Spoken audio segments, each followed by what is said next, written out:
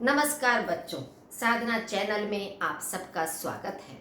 बच्चों, इससे पहले कक्षा में हमने क्षितिज के पाठ 2 राम लक्ष्मण परशुराम संवाद के 3 पदों का अर्थ स्पष्ट किया था। आशा करती हूँ कि तीनों पदों का अर्थ आपको भली भांति समझ में आ गया होगा। उन तीनों पदों में आपने देखा कि शिव का धनुष टूट जाने पर परशुराम क्रोधित होते हुए राजा जनक की सभा में आते हैं, दरबार में आते हैं और धनुष तोड़ने वाले व्यक्ति को अलग आने के लिए कहते हैं ताकि वे उसे दंडित कर सकें। तब लक्ष्मण क्रोध में आकर लगातार परशुराम से तर्क वितर्क करते हैं। उनके प्रश्नों का लगातार उत्तर देते चले जा रहे हैं। ना तो परशुराम शांत हो रहे हैं और ना ही लक्ष्मण किसी भी हद तक शांत होने के लिए तैयार हैं। तो उनके बीच में लगातार जब वाद विवाद और अधिक बढ़ता चला जाता है तो परशुराम सोचते हैं कि क्यों ना राम लक्ष्मण के गुरु विश्वामित्र से इसकी शिकायत की जाए ताकि वे ही इसे कुछ समझाकर अलग कर सकें, क्योंकि विश्वामित्र परशुराम के स्वभाव से अच्छी तरह से परिचित हैं। अब इस पद में आप ध्यान दीजिए और इसके अर्थ को समझने का प्रयास कीजिए। कौशिक सुनहु मंद यह बाला।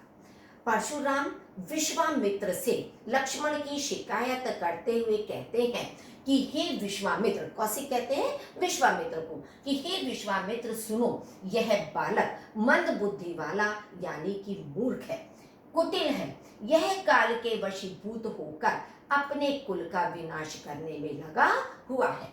भानु वंश राकेश कलंक, यह सूर्य वंश रूपी चंद्रमा का कलंक है, क्योंकि राम लक्ष्मण सूर्यवंशी हैं और जिस तरह से चंद्रमा पे एक धब्बा होता है उसी प्रकार से मानो लक्ष्मण अपने सूर्यवंश पर धब्बा लगा रहे हैं। इसीलिए परशुराम कहते हैं कि यह सूर्यवंशी रूपी चंद्रमा का कलंक है। निपट निरंकुश अबुध असंकु, निपट कहते हैं एकदम, निरंकुश माने जिसे अपने ऊपर कोई नियंत्रण नहीं है, यानी उद्दंडी स्वभाव का। अबधु माने अज्ञानी, असंकु माने निडर। यह एकदम उद्दंडी है, अज्ञानी है और निडर है। इसे किसी से भी किसी प्रकार का कोई डर नहीं लग रहा है। काल कवल होई छल माई, यह क्षण भर में ही काल का ग्रास बन जाएगा, अर्थात इसका जीवन समाप्त हो जाएगा। कहो पुकारी, यह बात मैं इस जनसभा में पुकार पुकार कर कह देता हूँ। खोरी मोही नाही, फिर कोई मुझे दोष मत देना। खोरी कहते हैं दोष के, कि बाद में कोई मुझे दोष मत देना कि मैंने इस बच्चे के जीवन को समाप्त कर दिया है। तुम हटकौ जो चहु उबारा, कही प्रताप बल रोष हमारा। हे विश्वामित्र, यदि तुम इस बच्चे को बचाना चाहते हो तो हमारे प्रताप, बल और क्रोध के विषय में बताकर इसे हटा लीजिए कि मैं कितना प्रतापी हूँ, मेरा संसार में कितना प्रताप है, कितना मैं शक्तिशाली हूँ और कितना मैं क्रोधी स्वभाव का हूँ। मेरे इस स्वभाव से इसको बताकर हटा लीजिए। लखन कहऊ मुनि सुजस तुम्हारा, तुम्हें अछत को बर नहीं पारा। परशुराम की बात को सुनकर लक्ष्मण फिर कहने लगे कि हे मुनिवर, तुम्हारा यश तुमसे अच्छा और कौन वर्णित कर सकता है। यानी अपने यश का वर्णन जितना अच्छी तरह से आप कर सकते हैं उतना अच्छी तरह से और कोई वर्णित नहीं कर सकता है। अपने मुँह तुम आपने करनी, बार अनेक भांति बहुपरनी। आप अपने मुख से अपने कार्यों को अनेक बार और भिन्न भिन्न प्रकार से वर्णित कर सके हो। यानी कि आपने जो भी कार्य अपने जीवन में किए हैं, अपने उन कार्यों को महान मानकर आप भिन्न भिन्न प्रकार से उनका वर्णन संसार के सामने कर चुके हैं। नहीं संतोष तो पुनि कछु कहूं, जनि रिस रोक दुसह दुख से। यदि इतने पर भी आपको संतोष नहीं मिल रहा है तो आप फिर से जो कुछ कहना चाहते हैं उसे कह सकते हैं। जनि रिस रोक, लेकिन अपने क्रोध को रोक कर इस असहनीय दुख को सहन मत कीजिए। वीर व्रती तुम धीर अछोभा, गारी देत न पाभौ शोभा। आप वीरता के व्रत का पालन करने वाले हैं, धैर्यवान हैं, अछोभा क्रोध से रहित हैं। गारी देना गाली देते हुए यानी कि अपशब्द प्रयोग करते हुए आप पर शोभा नहीं देते हैं। सूर समर करनी करई कही न जना वही आप विद्यमान रन पाई रिपु कायर कथय प्रताप। अब इसमें लक्ष्मण वीर और कायर व्यक्ति के का वर्णन करते हुए कहते हैं, उन दोनों के बीच के अंतर को स्पष्ट करते हुए बताते हैं कि वीर व्यक्ति युद्ध क्षेत्र में अपने कार्यों को करके दिखाते हैं, अपनी वीरता का केवल वर्णन या बखान नहीं करते हैं, जबकि कायर व्यक्ति युद्ध क्षेत्र में शत्रु को अपने सामने विद्यमान पाकर केवल अपने प्रताप का वर्णन करते हैं। वह डर के कारण, घबराहट के कारण अपनी वीरता को प्रदर्शित नहीं करते हैं।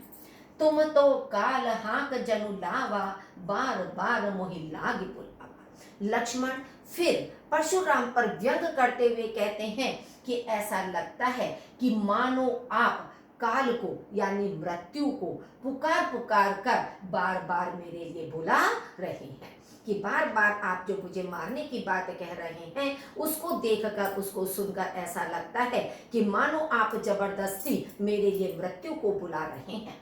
सुनत लखन के वचन कठोरा परस सुधारी धरयु कर घोरा। लक्ष्मण के कठोर वचनों को सुनकर परशुराम ने फिर से अपने फरसे को संभाल कर हाथ में धारण कर लिया। मतलब यह उनके सामने प्रदर्शित करते हुए कि वे अब तुरंत ही उस फरसे से लक्ष्मण को काट कर या मार कर समाप्त कर देंगे। अब जनि देई दोष मोहि लोगु कटुवादी बालक बध जोगु। अब चाहे लोग मुझे कितना भी दोष क्यों ना दें, लेकिन यह कठोर वचन बोलने वाला बच्चा वध करने के ही योग्य है। बाल बिलो की बहुत मैं बाचा अब यही उम्र निहार भाषाचा।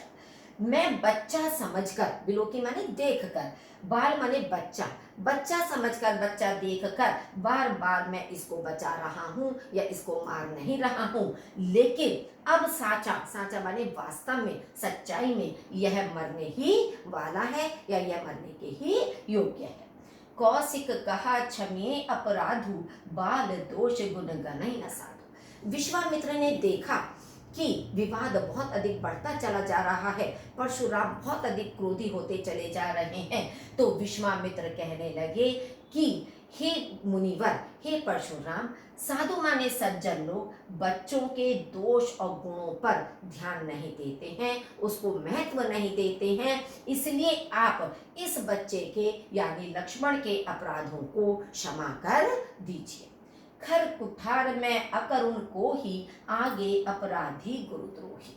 विश्वामित्र की बात को सुनकर परशुराम कहने लगे, खर कुठार, मैं यह कठोर फरसे को धारण किए हुए हूँ, अकरुण करुणा से रहित हूँ यानी कठोर स्वभाव का हूँ, को ही क्रोधी स्वभाव वाला। ये तीनों चीजें उन्होंने बताई कि मेरे हाथ में ये कठोर कुठारा है, फरसा है, मैं करुणा से रहित हूँ और क्रोधी स्वभाव का हूँ, आगे अपराधी गुरुद्रोही, और मेरे सामने अपराध करने वाला और मेरे गुरु का अपमान करने वाला खड़ा हुआ है।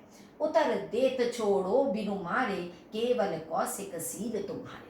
यदि मैं इस बच्चे को, इस लक्ष्मण को बिना मारे हुए छोड़ रहा हूँ तो हे कौशिक, हे विश्वामित्र, केवल मात्र तुम्हारे विनम्र स्वभाव के, शील स्वभाव के कारण ही छोड़ रहा हूँ, कि आप बहुत अधिक विनम्र स्वभाव वाले हैं, विनयशील हैं, केवल मात्र आपके इसी व्यवहार के कारण मैं इसे बिना मारे हुए छोड़ रहा हूँ। नाता यही काटी कुठार कठोरे गुरहि उरिन हो त्यों श्रम थोड़े। वरना मैं अपने इस कठोर कुठारे से इसे काटकर थोड़े से परिश्रम से ही अपने गुरु के ऋण से मुक्त हो जाता, कि मानो शिव का ऋण उनके ऊपर है तो वह उसे अपने इस कठोर कुठारे से मारकर थोड़ा सा परिश्रम करने मात्र से ही अपने गुरु के ऋण से मुक्त हो जाते। गाधी सुनु के हृदय हसी मुनि हरियरे सूझ आय मैं खांड न ऊख में अजम न बूझ अबूझ। परशुराम के इन वचनों को सुनकर गाधी सुनु भी यहाँ पर विश्वामित्र के लिए प्रयुक्त हुआ है, तो विश्वामित्र अपने हृदय में हंसते हुए कहने लगे कि मुनि को चारों ओर हरा ही हरा दिखाई दे रहा है। ऐसा क्यों कहा उन्होंने? जैसे बच्चों सावन में जो व्यक्ति चारों ओर हरियाली को देखता है और अचानक वह अपने नेत्रों के प्रकाश को, ज्योति को खो देता है, तो नेत्रों की ज्योति समाप्त हो जाने के बाद भी उसे चारों ओर हरियाली ही हरियाली दिखाई देती है, क्योंकि उसने अपने नेत्रों से उस हरियाली को देखा है। उसी प्रकार से परशुराम ने कुछ क्षत्रिय राजाओं का वध किया, उनको समाप्त किया, तो उन्हें ये राम और लक्ष्मण भी एक साधारण क्षत्रिय ही अनुभव हो रहे हैं, या एक साधारण क्षत्रिय ही वह उनको समझने की भूल कर रहे हैं। ऐ खांड ना ऊख में, जबकि ये ऐ कहते लोहे से बनी हुई खड़ग है, तलवार है।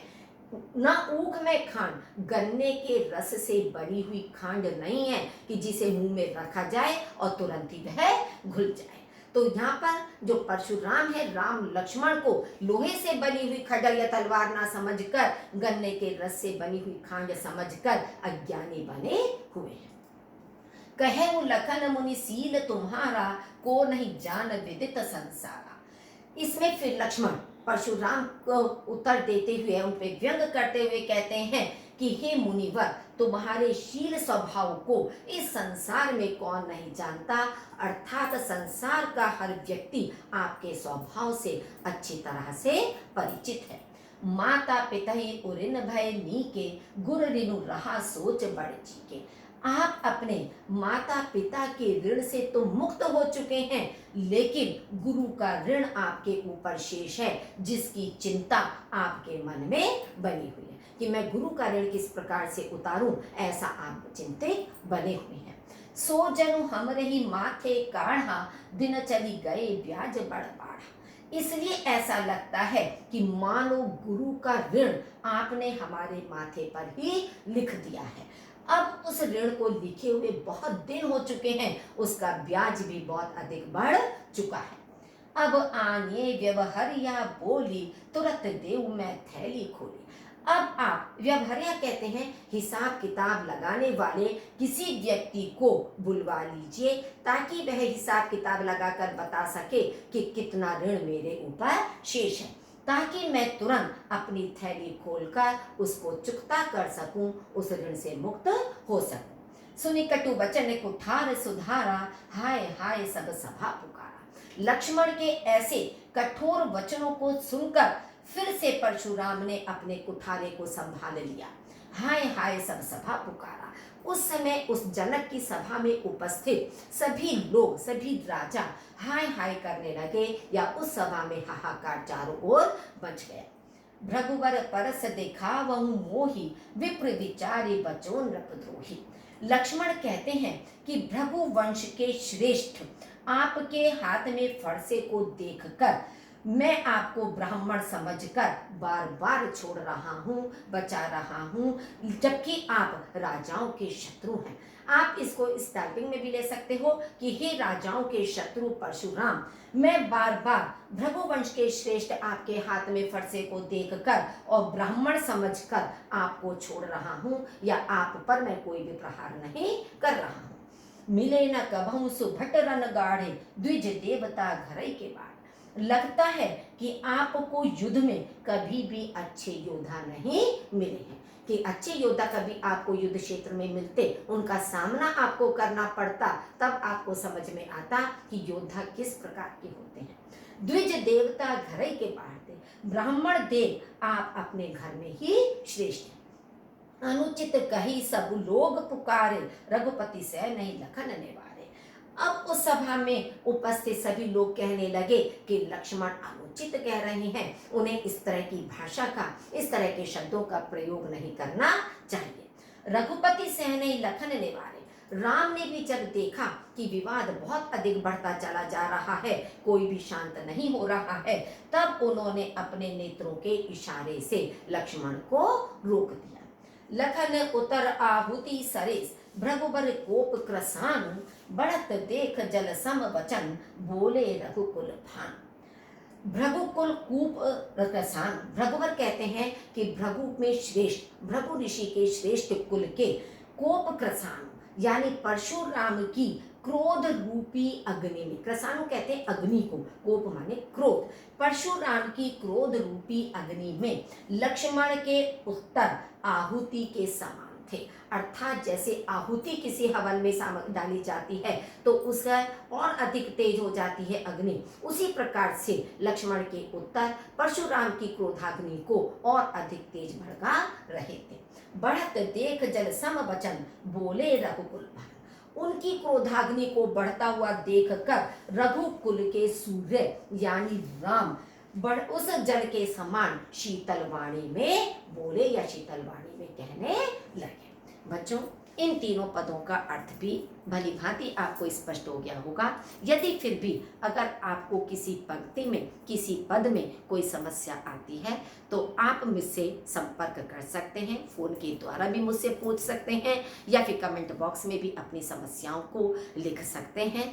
यदि अभी तक आपने मेरे चैनल को सब्सक्राइब नहीं किया है तो कृपया इस चैनल को सब्सक्राइब कर दीजिए ताकि आने वाले वीडियोस आपके पास जल्दी से जल्दी पहुंच सकें। अब नेक्स्ट हमारी कक्षा होगी जयशंकर प्रसाद की आत्मकथ्य, आप उसे देखना ना भूलें। धन्यवाद।